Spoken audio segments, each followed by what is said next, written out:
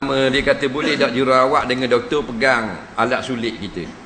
Jawabnya ada kalanya haram, ada kalanya harus.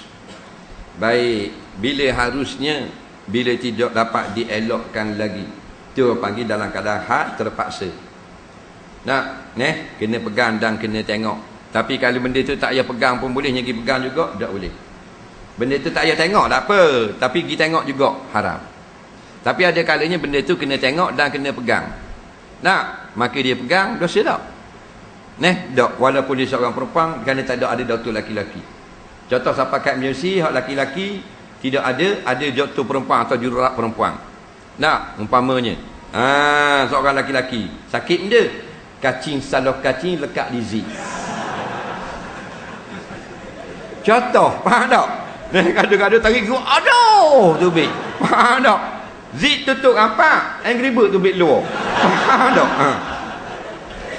Jadi pergi hospital bagai emergency tu. Jadi tulang tak ada doktor lelaki, doktor perempuan ada. Doktor lelaki bila masuk sekarang pukul 12 dah nak tunggu. Bekak datang. Maka boleh tak doktor perempuan atau jururawat perempuan tu tengok? Atau pegang? Boleh. Kerana itu masa emergency. Takkan tak tengok jaga aduh. Putus getah orang. Faham tak? Tu contoh. Ni dok saja-saja pergi tengok. Haram. Rupa anak beranak duduk atas kaki beg, kaki kakang gitu.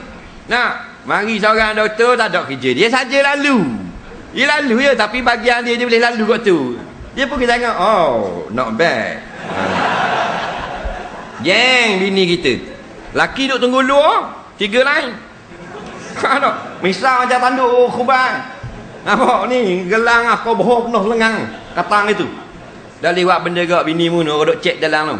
Faham tak? Kakek kali, Jadi kalau sengaja haram walaupun doktor pakai.